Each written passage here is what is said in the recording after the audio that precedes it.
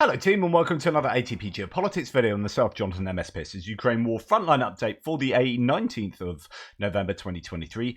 Sorry this is a little bit later than normal, but I did an extra video this morning trying to catch up with what's gone on today, and actually JR thankfully did the mapping updates here, so that huge gratification to that man. Anyway, let's get straight to the northeastern sector, the axis from Kupiansk to Svatovo to Crimea, via, of course, the legend here, the key to the map. So if you don't know what the lines mean, pause the video and check out the key. Right, this is to the northeast here. We have Kupiansk up here, Svatovo and Crimea down there. And you can see no change to the front line until we get down here, and we've got some welcome blue pins for the pro-Ukrainian contingent here, which is, I assume, most of you.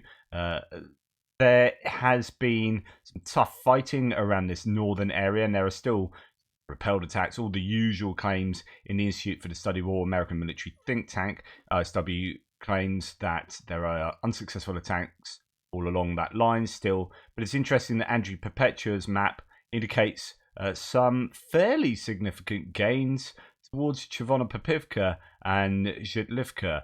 I don't know the story about this, and it's just an interesting thing to remark upon. I guess the question is whether it's an actual attack or whether it's a rejigging of the line, even though it's a large one, a rejigging of the line to suggest that actually is evidence now to suggest that this isn't grey zone, or this isn't Russian control, but actually it is grey zone, so on and so forth. So I don't know, but I wonder whether it might fit into this pattern of random places being attacked by the Ukrainians, as we've seen near Horlivka, and in fact continued success for the Ukrainians over the last 24 hours there. So interesting. We'll keep an eye on that one, see if anything else comes of this, or whether it's a flash in the pan, or whether it's just a rejigging. Anyway, moving on, we can see that there are no changes to the front line around here, around Serebyansky Forest and Torska. No doubt still active front lines there. And we come to Bakhmut, where yet again we can see that the Russians are having more success than the Ukrainians, particularly to the south, where they have been putting pressure on the Ukrainians with a change of initiative there. There's still been talk about this area near Bodanivka, south of the Bakhmut reservoir, and if we go to the ISW, they say Russian mill bloggers claim that Russian forces are continuing to advance on Klishchivka's outskirts and successfully pushed Ukrainian forces out of positions in a direction of Bodanivka. So that would be here. There's no evidence of that, or that could be referring to the activity that took place yesterday that I showed on a map previously, because the ISW does their report evening time UK time, so that would be almost 24 hours ago. So this would be then referring to the 24 hours before that. So that will be bear in mind that these yellow, or all the text here, but the stuff I've highlighted to read to you is indeed somewhat outdated already. Anyway, one Russian mill blogger claimed that on the 17th, Russian forces were advancing and clearing areas near the Bakhmut reservoir, as just indicated, north of Bakhmut. Another Russian mill blogger claimed that Russian forces marginally advanced west of the railway near Klishchivka over the past few days, and claimed that Ukrainian sources are reporting about a loss of the Klishchivka railway station. So here we can see Deep State map has some gains in along the forest area to the, I guess that's to the west of the railway line as it comes down from Bakhmut before it gets to Klishchivka, and a little bit here along the heights. This is slightly worrying for the Ukrainians, as the Russians appear to be getting closer and closer to the trench network at the top of the hill overlooking Klishchivka.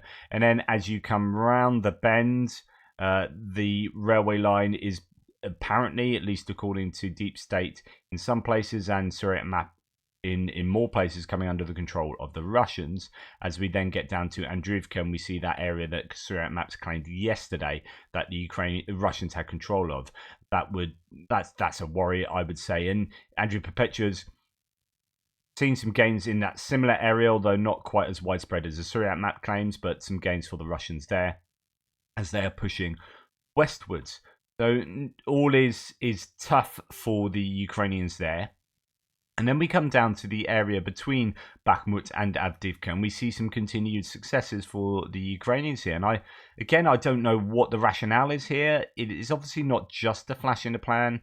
If they have had sort of 3 days of continued success here, so they took a small amount here, then the next day there was this large area, sort of slag heap there, or no, actually part of that is a slag heap. Sorry, those are tall mounds of sort of the output of mining, or the cast-offs from mining, and then an area here shown for gains for the Ukrainians. And it's just, I don't quite know what the rationale is, because if they can get the Russians to pile in some resources to here, it could be useful, distracting. I mean, that's what we see oftentimes from both sides as a rationale behind attacking in places that aren't usually attacked. This is just quite a difficult. I would have thought it would be fairly difficult to continue making gains in because of the topography of the area. Although sometimes that kind of topography can make it easier to hide yourself, you don't have a clear line of sight. So if you have this undulating or sometimes quite steep hills and slag heaps and whatnot, then this might actually potentially be easier for the Ukrainians to attack in, because when we look elsewhere at flat land, it gives the defending side an awful lot of access to seeing you as you attack. So if you look at, say, Klishchivka, where the Ukrainians were trying to get across this terrain, I mean, it is rising, but essentially everything here is viewable from up on the sort of heights here, and it's relatively flat, so you can just shoot the ATGMs across this kind of area, or you can spot for artillery and mortar fire. So it makes it difficult for an attacking side to attack without getting hammered. And that's the same for some areas down, well, a lot of the areas down south in Zaporizhia, where it's really relatively flat land. Here, actually, on the one hand, it might seem like it's quite difficult to attack here, but on the other hand, you can get by without getting hit too easily by hiding behind some of these terrain features. Anyway, we'll keep an eye on that area, because that is proving to be, a weird place of success for the Ukrainians, not somewhere that I ever would have anticipated the Ukrainians would have attacked.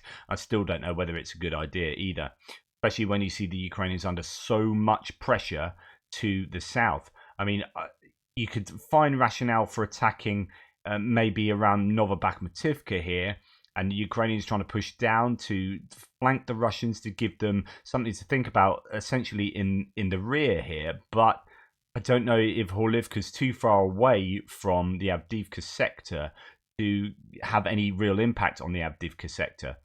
And as a result, Russians are continuing to have success here. Andrew Perpetua shows some moves on the map to go in line with what Surat Maps had said about this particular field, to the west of the railway line, just south of Stepova. And then some gains by Terracon, by this slag heap towards the Avdiivka coke plant, which is again really worrying, as they are pushing and probing the Russians to try and get across the railway line and into the coke plant. Well, actually, now it seems that they are across the railway line, and it's about getting into the perimeter of the coke plant to kind of breaking into some of these outbuildings. And you can imagine that this is almost certainly a grey zone now, and that is really worrying. And as according to Surat Maps here, north of Avdiivka, in the kind of Vasily area, near Kamyanka. Vasily is this settlement here that's not marked on the map, that the Russians are still gaining on a daily basis. So it's looking really worrying for the Ukrainians around Avdiivka, and particularly when you take into account continued gains to the south through the industrial area here, and also towards Sarska Ohota, according to Surat Maps. Again, some gains for the Russians there. Although I can't find any tweets from them about that southern area that is not that is from the last 24 hours. They do have this claim about the Vasily area where Surret Map says the Russian army advanced south of Vasily and managed to enter into the summer datches. So Vasily's up there. It's not named on the map. So real worry for the Ukrainians all around Avdiivka, but this southern area is probably the area that gives me the most jitters, considering that they are gaining there. They have control over, it seems, most of the industrial area and are pushing ever forward. Or when we look at some of the sources about this, and I actually had this in as a tab yesterday to share with you, and then I just skimmed over it and forgot to do so.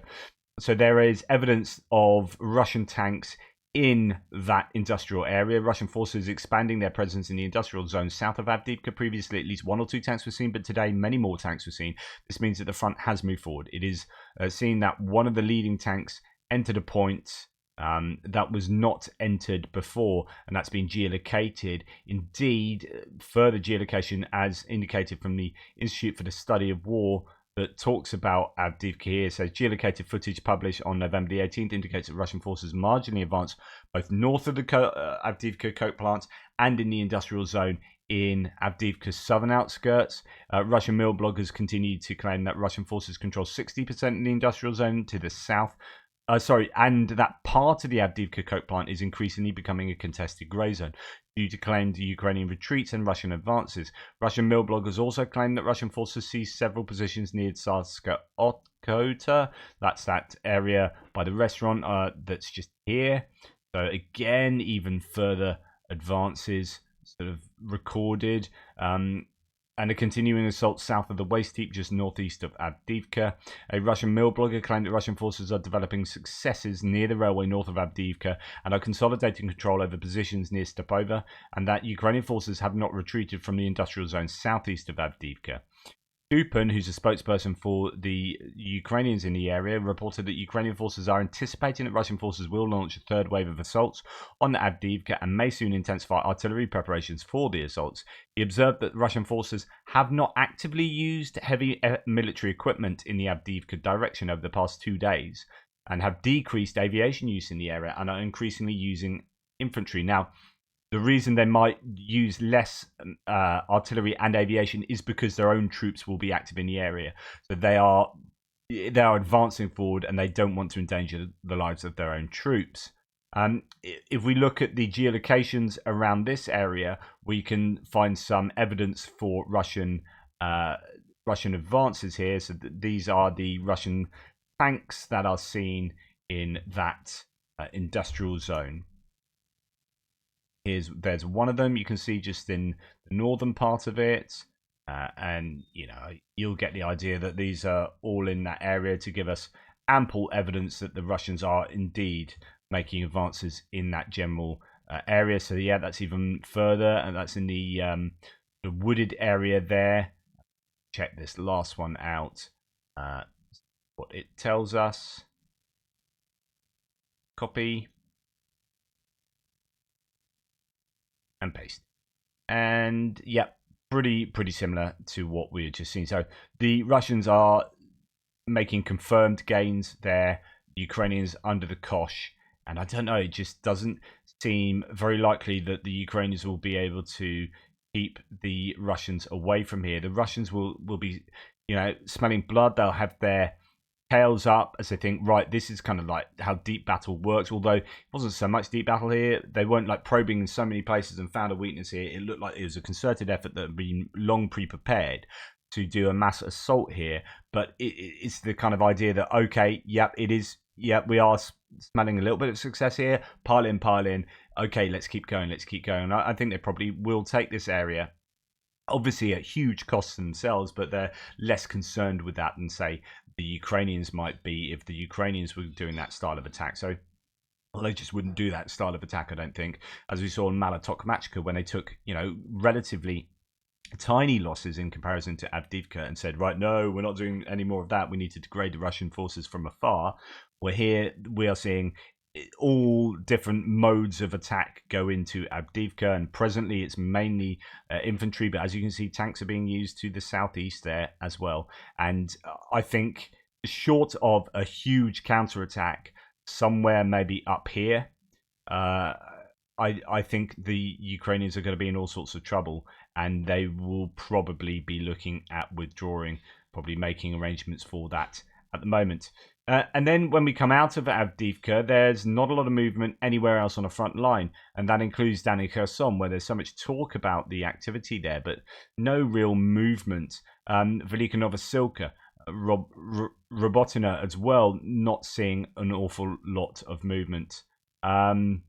Some acclaimed gains for the Russians in Mariinka, which is here, and we saw that yesterday. Just a block of gains claimed there, although that is what Direct Maps had already had. And then usual kind of repelled attacks and activity in Velika Novosilka, and activity in and around Verbove and Robotina and Kopani, but no great movement on the map. And actually a day of not so much information about Kherson either from ISW, although I've got some sources to go through with you. So nothing to report on the Zaporizhzhia. We'll go to the Krinky area, which is here, and we'll go to the Pischany, Pidstepny, Poima area, although not much about there actually. It's all concentrating on Krinky, really. I just want to have a look at what we might understand of the area from a topographical look. And as you can see on the 3D map here, as we get down to the river, it is raised on the right bank, which is the western bank, as you look at the north-south map. And the Ukrainians have the height advantage there. It is somewhat easier for them to fire their artillery and mortars off from the other side of the river, and then as they are attacking across the river towards the Russian positions, you can see that it's a good deal flatter. That will have the advantage of possibly making it easier to land going that way and to get their artillery and mortars working. But then, of course, you come into the same problems I was talking about earlier, that if it's all terribly flat, then it means it's quite easy for the Russians to sight them. However, the difference with this area is that there's quite a lot of forestry in and around Krinky, for example. So as you can see here, all of these trees, this forested area. So it might be flat, but it's not like the fields where you can see over all the fields and get an ATGM across there. That's not the case here. So actually that plays into the Ukrainians' hands as far as I can work out here. Nonetheless, there's no change to the mapping, and it does make me wonder whether there in reality is some kind of stabilization, like I've talked about probably for 3 days now. The Russians have sent in reserves to do their work. But then when you look at some of the claims coming out, there is alarmist claims from some of the Russian voices, such as Romanov and so on and so forth. Here we have Romanov claiming the fighters located directly in Krinky clarify and give map adjustments. Quote, the enemy has advanced to the west and into the forest in the southwest. The advance was a result of a regrouping without a fight. This idea that the Russians have been talking about regrouping. There were these claims that Toplinsky was going to order a regrouping and a retreat to preferable defensive positions. And here is a hint that that might have happened or be happening, retreating without a fight. But then take all this with a pinch of salt. Kherson region, says Getty here, active hostilities continue south. This is Krinky, by the way, south and east of the village of Krinky. So that's moving towards Kosanka over around the bend here, and west would be moving down towards Kazachi Lahiri there. The foothold in the forest south of Krinky, expanding the bridgehead to the south. That's a claim there. And then here we have something that's reported variously, and it's worth reading this. Take it with a pinch of salt, unverified and all that. But it's a Russian source saying, Airborne Forces for Honesty and Justice, right.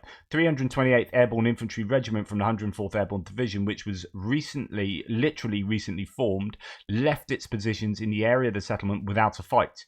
Krinky, in Krinky, and walked away. Don't blame the guys for this. Both the Ukrainian artillery and our artillery were constantly working on the regiment's positions, which for some reason very often made mistakes in the coordinates and covered their own. In other words, they were suffering from friendly fire. There's talk in the area as well that 20 Russian troops deserted, as I reported this morning. The guys couldn't withstand a fire from both sides and retreated. So under the hammering of their own artillery as well as the Ukrainian, these guys retreated. And that could be this claim of retreated without a fight. Well, they are fighting with their own artillery as much as the Ukrainians. Right. A trial is currently underway regarding this matter. There are also questions for the commander of the 328th Airborne Regiment. Nothing over time. Everything will fall into place. The baptism of fire of the 328th and 104th was not very successful. But as I say, the first pancake is lumpy. With time, everything will get better. That's what the Russians will obviously be hoping. And then this one from another source saying that... and again, we have Krinky here. We've got a circle around a unit to the south by the M14, that yellow road coming behind Krinky. Situation with officers in 144th Motor Rifle Brigade at Krinky on the left bank of the Dnipro. Due to high losses, companies are allegedly often commanded by sergeants. Normally, it's a position for captains. That's 8 ranks up. So this is not a good sign if it is true for the Russians in the area. And again, I talk about all these things, a confluence of these variables coming together that you might think could predict some kind of capitulation at some point. But the Russians just keep throwing soldiers in. They appear to be able to do a job of withstanding the Ukrainian attacks. And the Ukrainians, although they have elements of 3 brigades across a river, they won't have huge forces to bring to bear here. They won't have much other than very light mechanized equipment, and so it's going to be difficult for the Ukrainians to make significant gains without that heavier equipment to support them. And here, just finally, video of a leopard. Oh no, I meant to do this. Oh, that's in the wrong place. That's supposed to be in Avdiivka. You know what? I'll talk about that tomorrow. Don't worry about that. It'll wait. Right, so that's the Frontline for you. Thank you very much for watching. My TLDR is worrying at Bakhmut, worrying at Avdiivka. Strangely good news for the Ukrainians in a couple of other places. Fairly positional in the south, and then just a bit of don't quite know what's going on in Kherson. Could be the Ukrainians doing well. Could be that the whole front there has been stabilized by the Russians throwing human beings at the problem. We'll have to wait to see. Anyway, thanks so much. Take care and enjoy the rest of your weekend. Doodle pips.